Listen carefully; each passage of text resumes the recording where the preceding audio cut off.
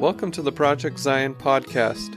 This podcast explores the unique spiritual and theological gifts Community of Christ offers for today's world.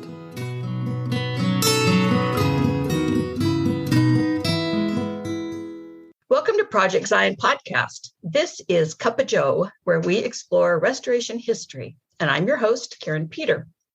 Today's episode is part of our series about women in Community of Christ history. This is where we tell the stories of women and how they shaped, led, offered ministry, and had profound impact on the history of Community of Christ. Our guest to share these stories with us is Wendy Eaton. Wendy's a favorite here at Project Zion podcast, and we're happy that she's here with us again. She works at the Joseph Smith Historic Site in Nauvoo, Illinois, and she's the administrative assistant to the Historic Sites Foundation. Hi, Wendy. Hello. So this is our first episode to record in 2022. So I'm pretty excited about it. We started the women's series last year and had lots of good feedback on the episodes about women in Community of Christ history. So today we're going to be talking about someone a little more well-known, maybe, than some of the people we've talked about so far. This is someone who's central to the story of Community of Christ, and that's Emma Smith. But before we start, we need to say there's a lot to talk about when we talk about Emma Smith. And so we're just going to focus on part of her story today, and then hopefully we'll have chances to revisit her story later on in the year in 2022 as we continue to do some of these women's history episodes. So what are we looking at today about Emma Smith? Well, honestly, the idea of Emma is certainly an intimidating one because her life was so eventful and her actions so impactful to millions of people today. And so much has already been written and discussed about her, but really just the first 40 years of her life. So we'll cover some of that early history just to set the groundwork, but I'm not going to get into details. I wanted to focus more on her life after that 1844. So her life after Joseph Smith Jr. died. Okay, that's a part of her life that is less talked about in Community of Christ, and I'm assuming in other restoration traditions as well. So I'm excited about that. Okay, so just jumping right in, like I said, a very, very highly glossed overview of her first 40 years. Emma Hale was born July 10th, 1804 in Harmony, Pennsylvania. She was the seventh child of Elizabeth and Isaac Hale. Most of her family was associated with the Methodist Episcopal Church in Harmony, but not her father. Not until he finds young Emma in the woods praying. She's probably about 7 or 8 at the time.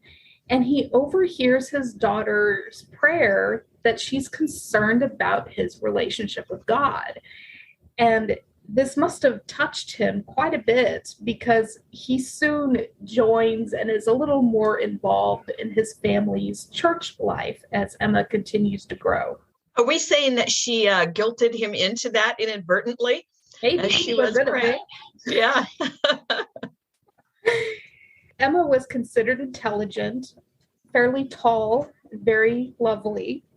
She had a love of singing, which greatly influenced those around her, including us today. She was quite determined, and against her father's wishes, she married Joseph Smith in 1827, a choice that causes tension in her life. Their first child arrived in 1828, but does not live through the day. Emma would have 9 children born to her, only 4 lived to adulthood, one of which died as a young man. Emma welcomed at least 6 other children into her home, 3 in adoption, maybe not quite a legal adoption, but she adopted them into her family. 2 were welcomed in as stepchildren, and the other was Charlie. We'll get to Charlie a little later. And though Joseph Smith Jr. was considered pretty headstrong, Emma made her opinions known, and I think we can see her influence in the church that he starts. Emma was baptized in 1830 and is quickly given significant responsibility. I've already mentioned her love of music, and that was one of the key things. A lot of those responsibilities are recorded in Doctrine and Covenants, section 24. I believe it's section 25 in the LDS version. Emma would move her family 4 times between 1830 and 1839, including once in the middle of winter with 4 little children while Joseph's in jail in the Liberty, Missouri area. The last community that Emma and Joseph live in, their lives become so confusing that it's hard to know just what's going on in Nauvoo from 1839 to 1844.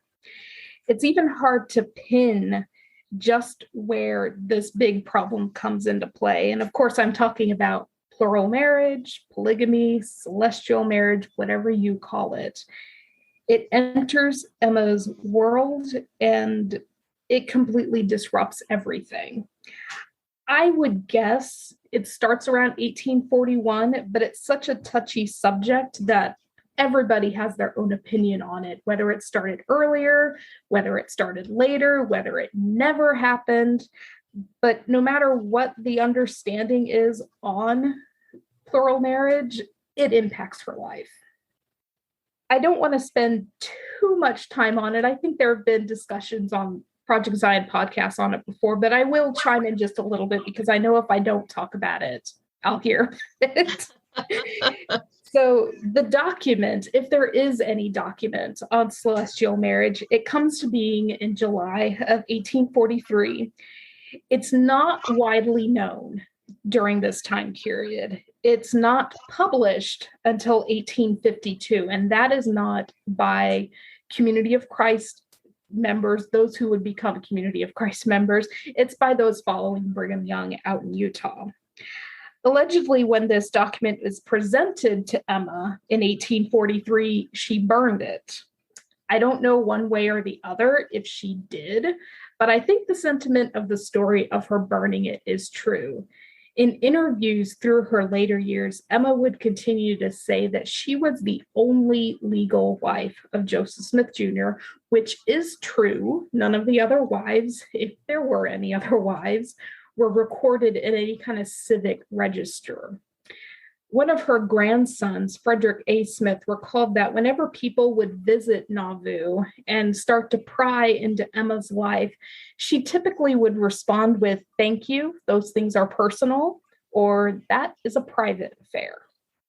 And so to me, that is the big takeaway out of wherever you stand on the issue of plural marriage. It impacts Emma significantly and anybody who looks into her life later on. And when I try to boil it down in my mind to what's at the heart of it, there was a covenant made between Joseph and Emma, and something happened to either break or severely disrupt that covenant. And that causes a lot of trauma and distress and a lot of pain and an awful lot of work to pull your life back together after an incident like that. And I think Emma didn't get as much opportunity to pull her life back together specifically regarding that because her attention is so focused on everything else in her life. I don't think she ever really was able to, as we would look at it today, heal from that trauma that she went through. I find it really interesting in the last few months of Emma's life, her sons, Joseph and Alexander, travel to Nauvoo and they interview their mother. So it's the 2 of them in a room with her and Louis Bideman, her second husband. He's there kind of giving moral support to his wife. It's published in an article. One of the church's newspapers was called the Saints Advocate. And in this article, Joseph wrote, "We apologize to our mother for putting the questions respecting polygamy and plural wives as we felt we ought to do." So there are a lot of conflicts going on within the reorganization about Book of Mormon, about polygamy, about legality of church, and who's the one true church and all those crazy things that are happening at this time period. And so as the president of the church and as the patriarch evangelist of the church, they feel like they need to do something to address these conflicts. And unfortunately, the best source for a lot of these issues is their aging mother. And so they go and interview her. So I'm very glad that in that news article that's published about 6 months after her death, they write an apology to her. I think that is really important for us to keep in mind today, that they clearly recognized what a difficult issue it was for their mother, and it was hard for them as well. So we've kind of done a quick catch up of those first 40 some years with a few hints at the years to come. So let's go back to that right at the end of 1844. Joseph had died in June of 1844. Emma has one more child with him. And so let's put it at Christmas, since we've just finished the Christmas season. Christmas 1844, Emma has 4 children at home. Her daughter Julia, who's one of the adopted children, Joseph, Fred, Alex, and David. And she is focused on them in these initial months and years of shock that she's dealing with the death of her husband. Because no matter the relationship that she and Joseph had at the end of his life, because we don't know full details, but to lose your companion in such a violent manner had to have been pretty traumatic for her, and to understand the situation that she's suddenly in with 4 very young children. So in those first few years, one of the initial hurdles that Emma needs to cross is securing her properties. So there are 2 good articles about the property ownership in Nauvoo, which it's a mess. The property ownership, I've tried to study it off and on for 4 or 5 years, and it's very hard to pick it apart. But there are 2 good articles that have helped me with understanding them. One was written by Joyce Shireman, who is a past director here in Nauvoo, and she wrote it for the John Whitmer Historical Association Journal. It's the 2005 issue, so most people could probably find that fairly easily. It is online, so you should be able to find it. But she titles it "The Mormon Prophet's Illinois Legacy as Revealed in Community of Christ Historic Restoration in Nauvoo." And the article is better than that really long title. I was going to say that's not an inspiring title. But no, the other article that was helpful to me also has a really bad long title. And just a heads up to people, some people might not appreciate that I'm citing this person, but it is a very good legal understanding of what's going on, and that is the 1976 BYU Law Review, which again can be found online. Dallin Oaks, Joseph Smith, and Legal Process in the Wake of the Steamboat Nauvoo. So 2 long titles. The latter, the Oaks one, is very tedious because he uses legalese. And there was a lot. I had to have a dictionary next to me when I was first reading it because I just didn't understand some of what he was talking about. But when I boil those 2 articles, especially those 2 titles, down to my own title, Joseph's Legal Dumpster Fire, resolved by Emma. And of course, it's not just the 2 of them. There are others involved. But oh, yes, there are. Again, it was the property ownership here in Nauvoo was a mess. It's not just buildings and land, it's papers. And, it's just crazy. And like the Oates article, steamboats. There were riverboats involved in these legal battles, which is kind of a fun part of it. The whole matter basically spans 1844 to 1856. And so that's essentially 5 years of Joseph Smith Jr. and his counselors setting up the mess of property ownership, which I'm showing my bias. They're calling it a mess. There are probably people out there who understand it better than I do, but to me, it's a mess. But then Emma spends about 12 years, that 1844 to 1856, working with others to resolve that mess. And she's working with legal advisors, with state authorities, and there are about 100 individual property owners that are also involved in this mess that are living in Nauvoo at this time. But once everything's resolved and the ownership titles are straightened out as to who owns what, Emma's able to enjoy about 23 years of relative peace through her later years, able to outright claim the properties that she wanted to have for her children. And most of those properties are what make up the Joseph Smith Historic Site today, which is why I personally think it should be the Emma and Joseph Smith Historic Site. But that's a whole other matter.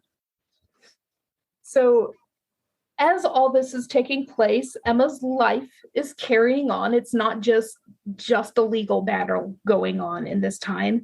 She has a lot of life changes happening. In November 1844, her last baby is born, David.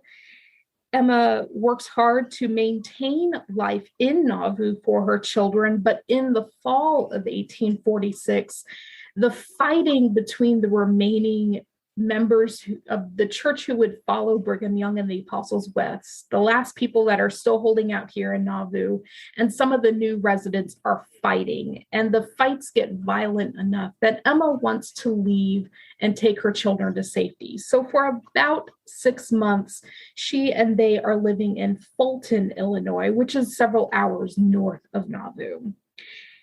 In late December 1847, people might get a kick out of the fact that it's Joseph Smith's birthday. Emma marries Louis Bideman. Louis is one of those new residents. He's not a religious man, but he's very supportive of Emma and even of other church members here in the area. They are married by the local Methodist minister, and I find it wonderful. I had a chance a few years ago to visit the local Methodist church here, and the ladies several years ago created an embroidered quilt that depicts the history of the Methodist congregation here in Nauvoo. And one of the bottom panels is an embroidered scene of Emma and Louis's marriage. And I just think that's lovely. I wish I had a better picture of it. Oh, yeah. I'll have to go back up there sometime. But they marry, and this union with Louis brings in 2 more children. He has 2 daughters, Emma Zerelda and Mary Elizabeth. And I don't have firm birthdays on either of them. So I think they were between Joseph III and Frederick in age. So they would have been, we would call today, very young teenagers, maybe preteens, right in that 11, 12, 13 age. And also in this time period, we start to learn a little bit more about Louis's character. And these are taken a lot from the memoirs of his stepson, Joseph III, and also some of the letters that Emma has left behind. So she wrote a number of letters to her sons in particular, and their families held on to those letters and gave them to Community of Christ, our library and archives. And so it's really fun in doing research like this for someone so pivotal a leader for the church to see her handwriting and to read her words as I'm doing some of this research. So we learned a lot about the character of Louis Bideman, and he probably, you and I have talked about this before, he deserves a podcast all his own, but there'd be a lot of snark and sarcasm involved in that one. That's okay. We may need that if COVID continues, Wendy. We might need a day of snark and sarcasm. So let's put that, in the hopper for later. Yeah, definitely. But just a few things, just to give people an idea about him. He has a great sense of humor. One of the fun stories, he would tell visitors to his and Emma's home, "Do you want to see my pet bat?" So, you think little winged bat flying around the house, which we do have a lot of bats in Nauvoo. And the visitors, "Well, yeah, I'd like to see your bat." And he'd take them in, and I believe it was sitting on one of the fireplace mantles. He had a little box, and he would open up this box, and inside the box was a brick bat. And so this is part of the brick making process, one of the stages of brick making. And that snarky kind of humor peppered throughout his life. And that's one of my favorite stories of his humor. But he has a sense of adventure as well. And he's eager to try new things. And so he gets involved in the California Gold Rush. He's involved in the railroad expansion within the state of Illinois. And one of the most fascinating from a perspective of telling the story of Nauvoo with the historic site here, he and Emma join in with the grape industry. So after the Latter-day Saints have pretty well all left, we have German and French immigrants who move into Nauvoo. The climate and the soil is great for growing grapes. And Lewis and Emma get in on this, and they end up having some of the biggest vineyards in Nauvoo. And I think that it would be so fun to have that vineyard back installed, but we don't know exactly where those vineyards were. But somewhere on the site, there were many grapevines during the middle and late 1800s. So with this vineyard, part of the big industry, of course, you're selling the grapes. Mississippi River makes it easy to ship those. I think they were mostly shipping them north from here. But there's also the wine industry. And there's one of those great letters of Emma Smith that she's writing to Joseph III. This is December 1867 that she writes, and it talks about their recent grape crop. And I'd like to share that portion of the letter. So Emma wrote to Joseph, "The summer and fall have been very dry. We have no cold weather nor any storms of any kind until the 27th of last month. Then we had 2 days of biting cold. Yesterday and today have been pleasant. The grape crop was only about 1/3 of a good crop. Our south vineyard did not do so well. I think we had some of the largest clusters and largest berries on them we ever saw, and we used them freely. We eat all we wanted and make pies by the section, canned a few, made up some jelly, and put up another box to be opened when you come from conference, and another box put up to keep until Alex comes to visit. Also, we sold 100 or 200 gallons of wine and a cask of vinegar. Pa Bideman would not have made any wine if he could have sold the grapes as he did last year, but he could only get from 5 to 6 cents a pound. So even in a year that their crop, as Emma says, is not that good, I can't imagine. I don't know enough about wine to be able to say how many grapes it takes to make 100 to 200 gallons of wine and a cask of vinegar. And I would assume this would be like, a grape vinegar, like red wine or white wine vinegar. Mm-hmm. Mm-hmm. So Emma doesn't just have grapes. Her gardens were pretty varied here. And I imagine some of what I have found, she was gathering from the prairies and the surrounding area. But within her gardens, I've been able to find that they had quite a few fruit trees, including apple, cherry, peach, and possibly apricot. One of the archaeology reports says they found apricot pits, and they wondered if maybe they had those trees as well in their orchard. A lot of the berries, raspberries, blackberries, I think were gathered wild, but I think she may have had strawberries because I know there were quite a few strawberry farmers here in Nauvoo in this time period as well. Emma grew and gathered a variety of herbs, many of which she used medicinally to care for family and friends. Her grandson, Fred A., and this is one of Alexander's son, I've mentioned him before. He recalls that Nauvoo had a doctor, his name was Dr. Hamilton, and Dr. Hamilton advised new parents to take their babies to Emma to be cared for because she could do more for them than he could. And he even went to her to learn all the different tricks that she had learned with herbs and natural medicines as we would look at it today. She also had a lot of the basics of family farms that you would see around here: potatoes, radish, onion, turnips, all that kind of thing. And she has a lot of flowers as well. Of course, lots of wildflowers in this area, but roses and most well-known with Emma, lilacs. And we suspect some of the lilacs we have on site today may be the ones that come from Emma's that she had planted here back in her later years. So not just flowers and plants and herbs and such. We know that Emma had cows throughout her life, so that was a way to care for her family and have some income coming in. And one of the great stories between Emma and Lewis that's been passed down through the years is about the milk, in particular, the cellar. So one of the cellars that they had where Emma stored her milk had some pretty rickety stairs, and she was constantly asking Lewis to fix the stairs, and he kept putting it off. And eventually, according to a source from Leah Bideman, who I think may be one of Charlie's children. So again, we'll come back to Charlie in a little bit. But she wrote that Emma, frustrated with Lewis, threw the milk, jug and all, down the stairs, and then Lewis fixed the stairs so that she would be able to safely get up and down. So some of that humor and stubbornness that Emma would have had as well, because I imagine I can't fathom the mess and the smell. Mm-hmm. And the waste. The waste. Yeah. Okay, so I've mentioned Charlie. Let's go ahead and get into Charlie. Charlie, to me, is at the core of some of the more difficult events of Emma's later years, and with her potential reputation here in town and the reputation that is brought up on tour to this day. So one of the most frequent questions I get about Emma's later years is, didn't Emma's second husband cheat on her? And wasn't there a baby born?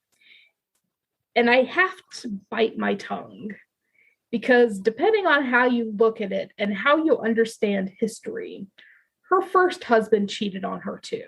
So it's really not fair to pin all this on Lewis. But the answer is yes. Lewis did cheat on Emma.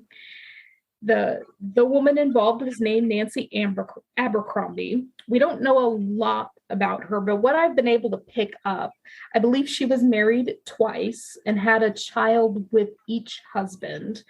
And after the death or the rupture of that second marriage, she's living here in Nauvoo, training to be a seamstress, has a child out of wedlock, and then meets Lewis and has another child out of wedlock. And so they don't know who the father of that first child is. But the second one, the whole community pretty well understands this is Lewis's baby. She names the little boy Charlie, and that happens 1864. About 4 years later, so 1868, Nancy's in a pretty dire situation. She's got 4 small children. She's a widow. There are rumors circulating about her. It's speculation circling about her.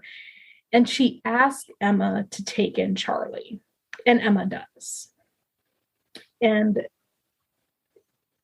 Charlie is part of the family home through the rest of Emma's life. He's about 11 or 12 when she dies. And towards the end of her life, Emma talks to Nancy and Lewis and asks them to get married for Charlie's sake. And so about a year after her death, Lewis and Nancy do marry. And it's interesting because Joseph III in his memoirs writes about this second, third, fourth, whatever number marriage it was for Lewis. He and Lewis had a conversation about this. Lewis came to ask Joseph's opinion. Maybe you might even consider ask Joseph's blessing in marrying Mrs. Abercrombie.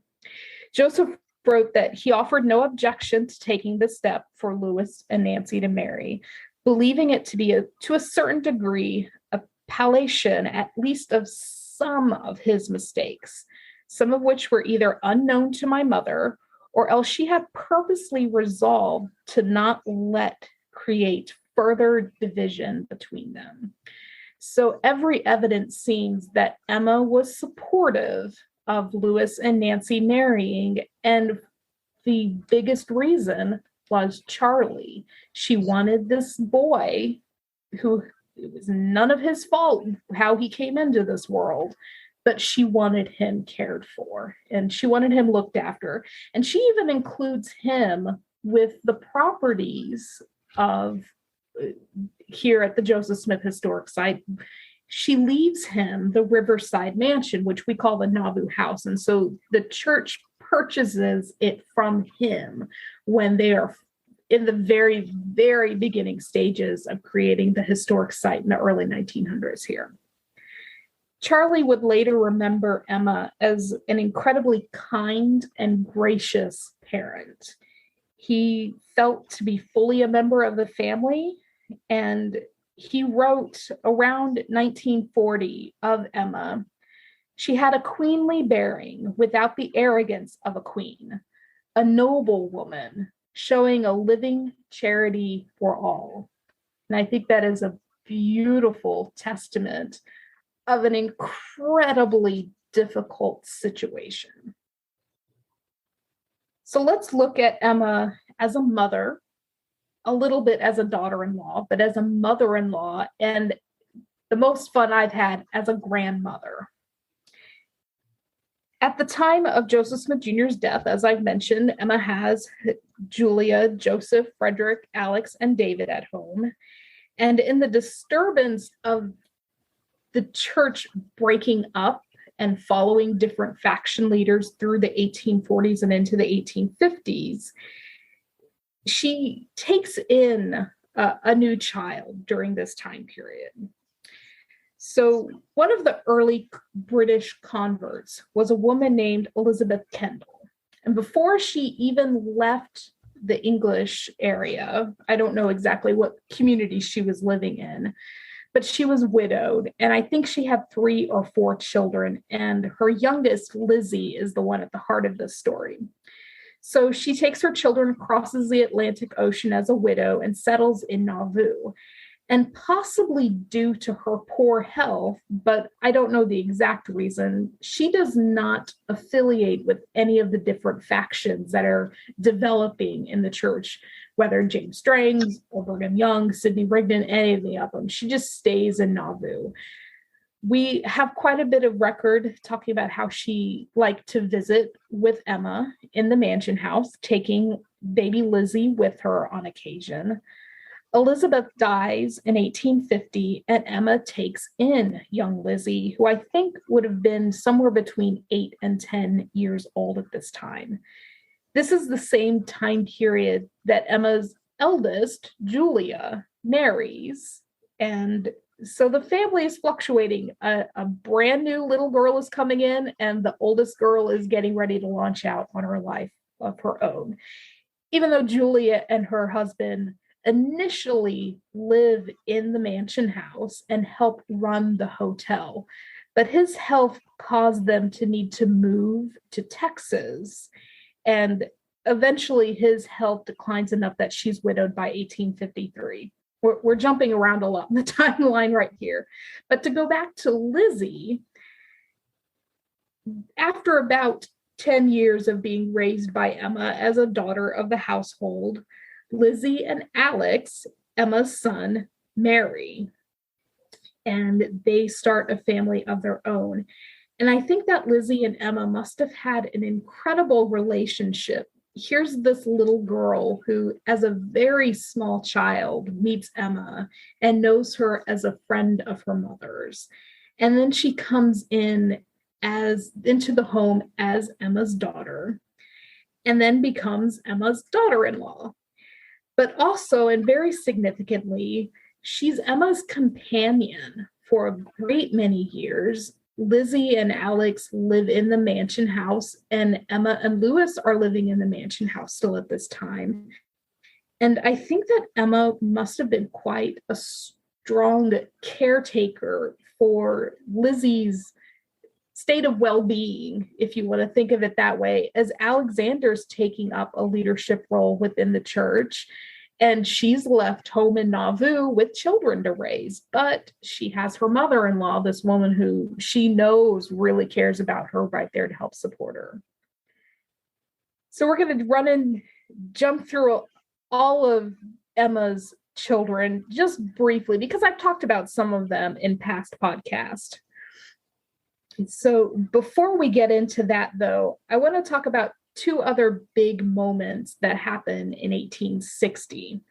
One, I don't have a lot of documented about Emma specifically, but anyone who has studied American history know that the spring of 1860, the opening shots of the American Civil War, and though none of her sons serve in the Civil War, just reading through Joseph's memoirs, you see how impacted he is by this, the decisions he's making, some of the early stances that the early reorganization takes, I believe to be influenced by this horrific war that's going on. And though I don't have anything specifically from Emma, I did find a letter from Julia to her brother Fred that specifically talks about the Civil War. And I think her words really reflect the feelings of a lot of people during this time period. So just out of interest, I'd like to share this little bit of what Julia wrote. She wrote, "The war has passed over this state like a frightful tornado, laying waste once smiling fields, pleasant dwellings, and peaceful villages." And I think those words are pretty significant because even though, like I said, we don't have Emma's words, I think she must have been feeling these things as well. Yeah. So like I said, she doesn't lose any children to the Civil War, but Frederick does die in this time period. It's possibly tuberculosis that he dies from, but it was a heartbreaking loss, no matter exactly the illness, particularly since Frederick, who was fairly newly married and a new father at this point, was abandoned by his wife. And so early in his illness, before the family even knows just how sick he is, his wife, whose name was Anna, takes their daughter, who was named Alice Frederica, and they leave him. Joseph arrives in Frederick's home, finding his brother sick, alone, and the fire out. And this is winter. With great caution, he moves Frederick to their mother's home, and she cares for him through that last illness. And he dies in April 1862. So a tough loss for Emma. She's raised these children to adulthood, but to lose this young man, I think he was about 26 at this time, and he was pretty well respected and loved in the Nauvoo community, much like his brothers were. So the other incident that's written a lot about that takes place spring of 1860 is the Reorganized Church of Jesus Christ of Latter-day Saints officially organizing. And since so much has been written about that, I'm not going to get into great details, but Emma does travel with Joseph to the conference in Amboy, where he is set apart for that role.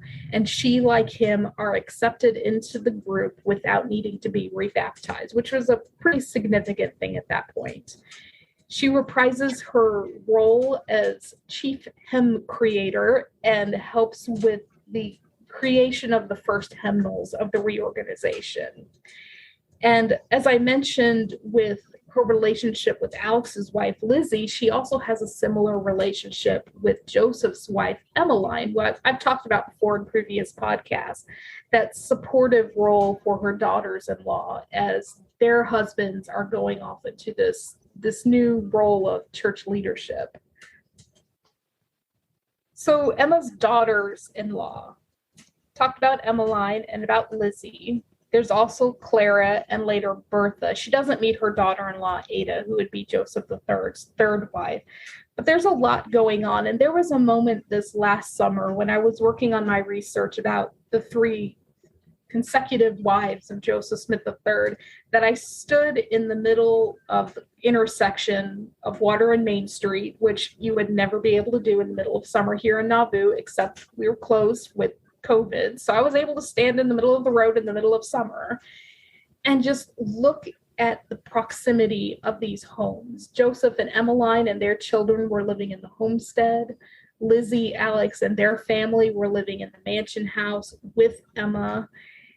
Just for those two younger women, Lizzie and Emmeline, to have their mother-in-law so close during those difficult years of adjusting to their husbands, taking on those leadership roles. I think it must have been pretty powerful. And standing there in that intersection, I was overwhelmed by that, understanding how significant Emma was in this role that, as far as I have seen, has not been written about, but just thinking must have been the case. So when Joseph and Emmeline move their family to Plano, Emma remains in Nauvoo. She's still in the mansion house. Lewis is still around, even though I'm not bringing him up a whole lot. But she and Lewis are in the mansion house with Lizzie, Alex, and their children. The letters are infrequent, and according to Emma, it's because her eyesight is so bad. She says her spectacles are not strong enough to write by lamplight. And until she gets new eyeglasses, then she's able to write a little more often with her family. But we can pick up a lot from the letters that do survive and knowing what was going on with the lives of her daughters-in-laws and the grandchildren that are starting to come into the family. So the first grandchild is Emma Josepha, who is Emmeline and Joseph's oldest. And then while Lizzie and Alexander, when they start their family, they name their first child for his brother Frederick. So this is where we get Fred A, or Frederick Alexander Smith. And he's one of those who I was able to find some resources, which is kind of fun to have those insights to Emma as grandma from these various grandkids. But one of these letters that survives is one that it's about 1869, maybe 1868. That part of the date is not legible. So either 6 months before or 6 months after Emmeline's death. And it's a letter that mother, or Grandma Emma, writes to her son Joseph III. And she writes that, "I'm truly thankful that your Bertha is so good, but at the same time, I think you pay her well for it.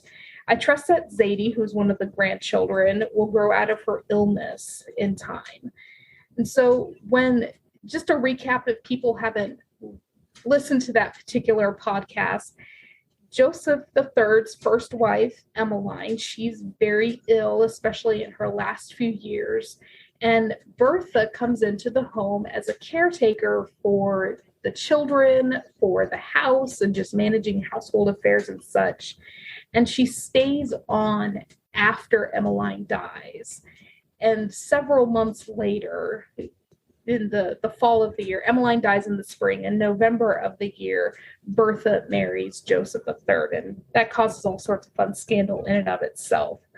But Bertha is there helping take care of these 3 of Emma's grandchildren. So that explains a little bit about how things are being set up. So Emma as grandma, I believe there are 28 grandchildren altogether, 20 that are born in her lifetime and 8 afterwards. So since she's living with Lizzie and Alex, let's start with them, even though he's the second oldest, well, third oldest. So Fred A is his and Lizzie's eldest, and I've talked about Vida a few times. We had an episode on Vida. So both of them are born in the mansion house and know Emma from their earliest days. And with them are their younger siblings, Ina, Emma, and Dawn, who are also all born in the mansion house and would have started life knowing Grandma Emma. There's another little girl, Eva, who joins the family, but she's really young while Grandma Emma is still living. The last of Alex and Lizzie's children, Joseph, Arthur, and Coral, never meet Emma, but I bet they heard great stories about her. So I briefly mentioned Frederick with his wife, Anna, and their daughter, Alice Frederica. Really, the only other thing I'd like to mention with that family, Alice Frederica is found living, I believe, in Chicago as a young woman, and she eventually joins the reorganization and develops a relationship with her Smith family members. And it's close enough that at the time of her death, she's living in the Independence, Missouri area, and she's buried in Mound Grove Cemetery, not too far from where her Uncle Joseph is buried. So she reunites with the family enough that she's able to be buried very close to quite a few of the Smith family members. So this is the child that was taken when Anna, the wife, left her husband. Yes. Okay. All right. So that's the only child that is born from Frederick. Of course, he dies very young. The other son, Emma's son David, he marries Clara Hartshorn in 1870, and they also only have one child. Many Community of Christ lifelong members will be quite familiar with Albert A. Smith and his many contributions to the early church. He's born 1871 in the Mansion House. Emma and Louis are not living in the Mansion House at this time. They've now moved into the Nauvoo house, or they called it the Riverside Mansion, which was Emma's last home. But that's just across the street. She's very close at hand in his early years. Albert doesn't have an easy life. And it's tied very much in with his grandma Emma. Albert's father, David, he has such a strong emotional or mental illness that he is institutionalized through most of Albert's life. So Albert doesn't have a very deep connection as far as knowing his father in a we've been together a lot kind of way. But it seems like he had a good relationship with his father as far as maybe they wrote quite a bit to one another. They shared a lot of the same talents, especially with art, music, and poetry. For a time, David's wife, Clara, tries to keep living in Nauvoo after David's been institutionalized, but eventually she needs the support of her family, and so she and Albert move and live near her family. And that's some great stories in there, but not specifically Emma, so we're not going to get into too many of them. But Albert has a fascinating life if people are interested in reading in about that. So the remaining grandchildren are all ones that I have mentioned in previous episodes. These are those fathered by Joseph Smith III, and this is about 17 children. That's a lot of grandkids, and sometimes I wonder if Joseph had to keep it all written down, because I certainly have to keep them all straight. But just a very brief, Emmeline, his first wife, the children were Emma, Eva, Carrie, Zadie, and Joseph.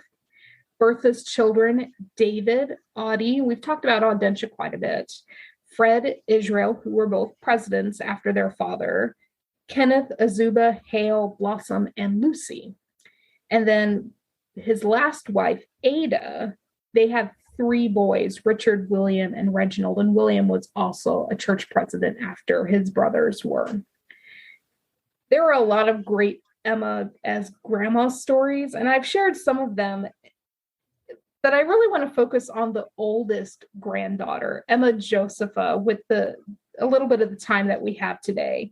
And so there are a number of letters preserved within church archives that mention little Emma Josepha, or Emma J, she's usually referred to as. And then also in other family publications, they write some about her, including some of her own memories, included in a book called Reflections of Emma by Buddy Younggreen, which is probably hard to find. We have a copy in our library, but it's the only copy I've ever seen. But Emma, in that book, shares some great memories of her grandmother. And I think she must have inherited some of the feisty nature of her grandmother, the way some of these stories go. In one such letter, Emma was probably about 9 years old at this time, and her grandma, writing to Joseph, so Emma's father, says that the letter from little Emma is a gem, and she'll preserve it her whole life. So Emma J, as a young child, is writing to Grandma Emma, and I think they had a pretty good letter writing relationship, particularly after her little Emma's family moved to Plano, Illinois.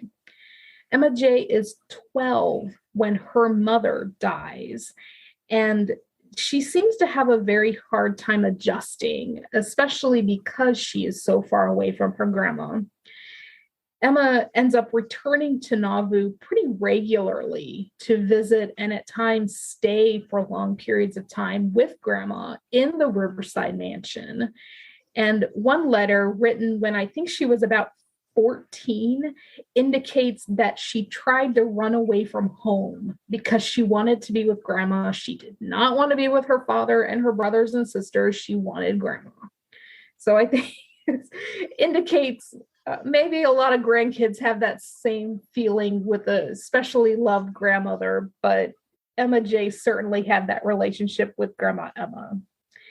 And in response to that family account, it seems like Emma tells her son Joseph, just let her stay with me. It's fine. She can stay here with me. People who are familiar with images, paintings of Emma Hale Smith Vitamin, so Grandma Emma, probably would recognize a gold bead choker necklace that she is just about always, if not always, shown wearing in photos and portraits. A number of these beads have been lost and replaced with amber ones, but one of the last times that Emma J visits her grandmother just before her marriage in 1875, Grandma Emma gives this necklace to Emma. And so the family, it passes down from grandma to granddaughter just before a marriage. So a pretty special gift. Again, I think they had a very special relationship. There's some little great stories between the two of them. So I've mentioned a little bit the sad story of David being institutionalized due to illness. He at times ended up being so violent that the family just couldn't care for him. And it seems that Emma held on to hope through her later years that David would recover. And this is a hope that David's wife, Clara, held as well. They dearly hoped that David would be able to come back to them, his old beloved self, but he never does. So in Emma's last few years, so from about 1877, which is when David's institutionalized on for the last about 2.5 years, Emma leads a life without her family close at hand, except Louis. Louis is still here, and all the neighborhood children who dearly love Emma.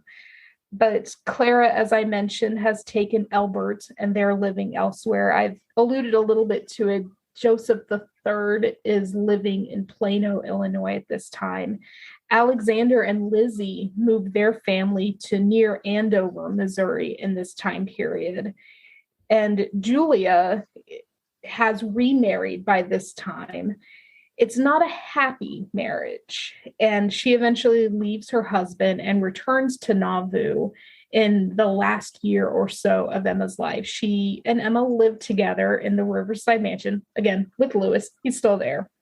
And they care for one another in those last few months that they have together. Both Julia caring for her aging mother and Emma caring for Julia. Julia only lives about another year after Emma dies. She dies from breast cancer and is buried in the Catholic cemetery here in Nauvoo. Julia was a practicing Catholic by this point in time and was buried with family friends up in the Catholic cemetery. So the two of them are helping care for each other in those last few months, or maybe up to a year. So April 20th, 1879, Alexander and Joseph are called home to see Emma. Julia and Louis said that she was coming to the end of her life. So all four of them, Alexander, Joseph, Julia, and Louis, were there with Emma when she drew her last breath on April 30th, 1879, and spoke her last words. Joseph wrote in his memoirs that his mother turned her face upward and said, "Yes, yes, I am coming." The news of her death spread quickly in the community and to church members across the region, and they gathered into Nauvoo. And I haven't seen a specifically specific number as to how many people were at this funeral, but I think it must have been very widely attended due to the number of accounts of people there visiting and being there for the service. The funeral's held in Emma's parlor in the Nauvoo house, which is now, if you've been in the Nauvoo house, either to stay or to visit, is the dining room area down on the bottom floor. And that service is held on May 2nd. And after the service, her body was carried up the little hill to the family cemetery, and she's laid to rest where she had asked to be buried. So she was pretty specific with her kids where she wanted to be buried. One of the hymns sang at her funeral is "Asleep in Jesus, Blessed Sleep," which if folks are interested in listening to, the Toronto Center Place Beyond the Walls Choir have a recorded version, so you could find it in their collection of songs. Every year, close to every year for a great many years now, Kirtland Temple has hosted a hymn festival in Kirtland Temple close to Emma's birthday. And this is one of the hymns that is always sung. It's a biographical service around Emma's life, talking about the hymns that she contributed to. And it typically closes, or one of the last songs is this "Asleep in Jesus." It's a beautiful little hymn. Over the next 60 some years, those who knew Emma in her later years continued to remember her as one of the best people they had ever known. I want to share just a few of the stories that I have found. Emil Baxter called her one of the finest women he ever knew.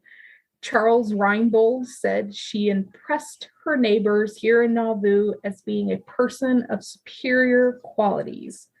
Charlotte Stevenson, who was 16 when Emma died, lived next door to Emma, so she didn't live too far from where the historic site is, maybe even on the site.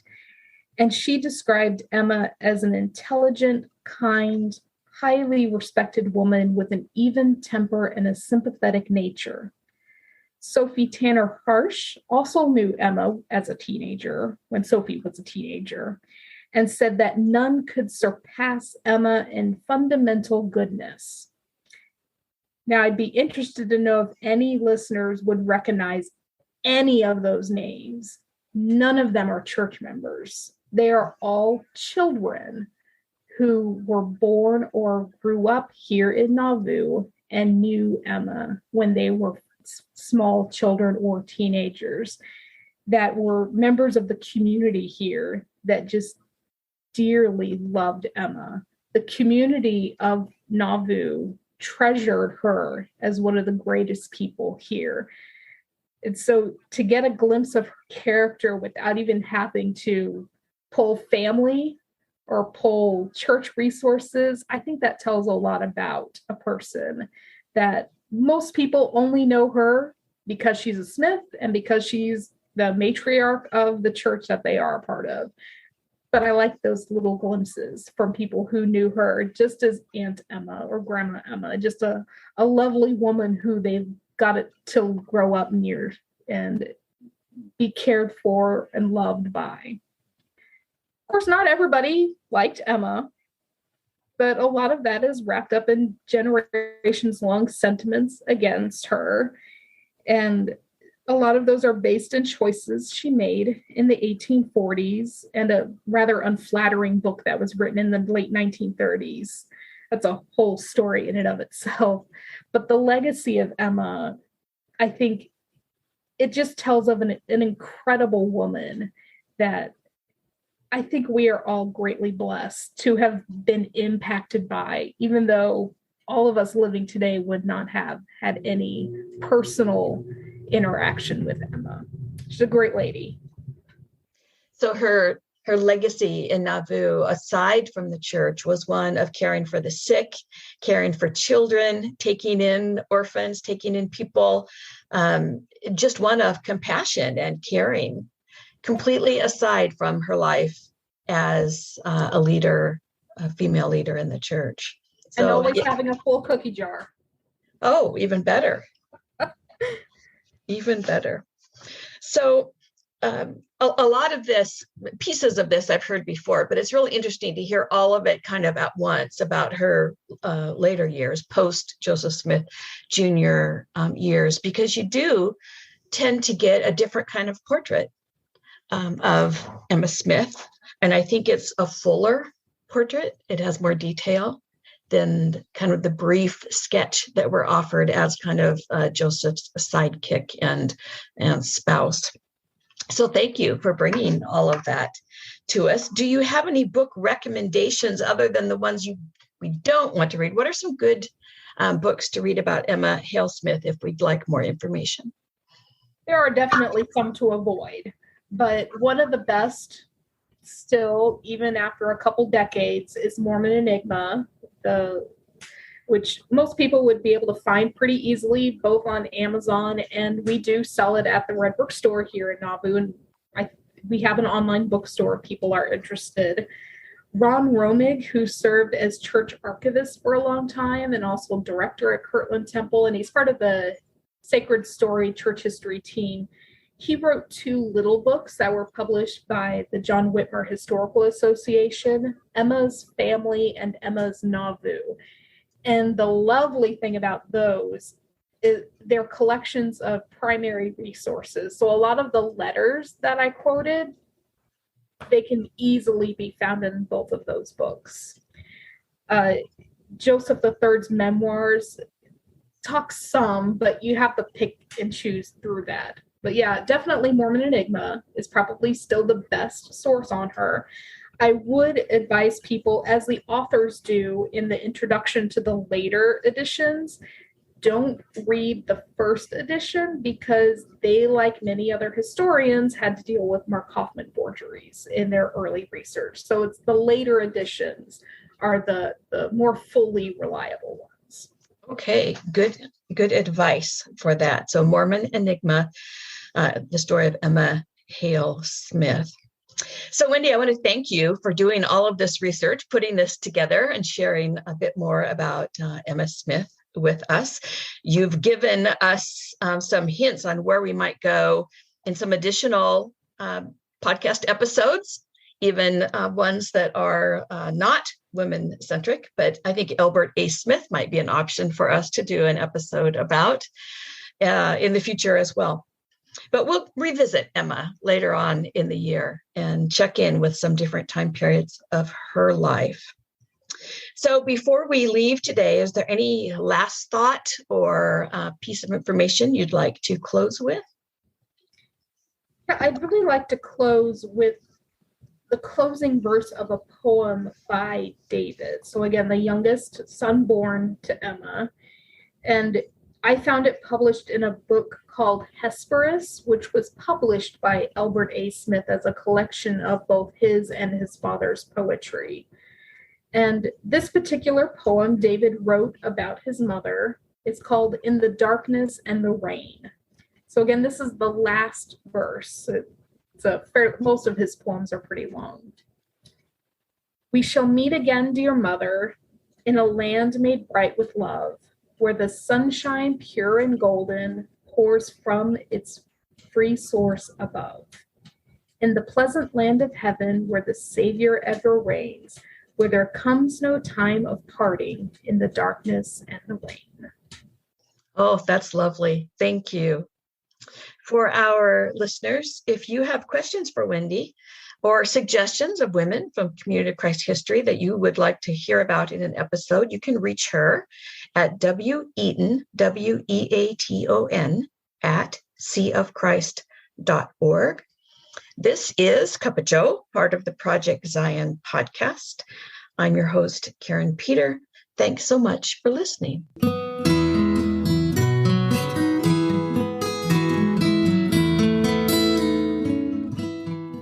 Thanks for listening to Project Zion Podcast. Subscribe to our podcast on Apple Podcast, Stitcher, or whatever podcast streaming service you use, and while you are there, give us a 5-star rating.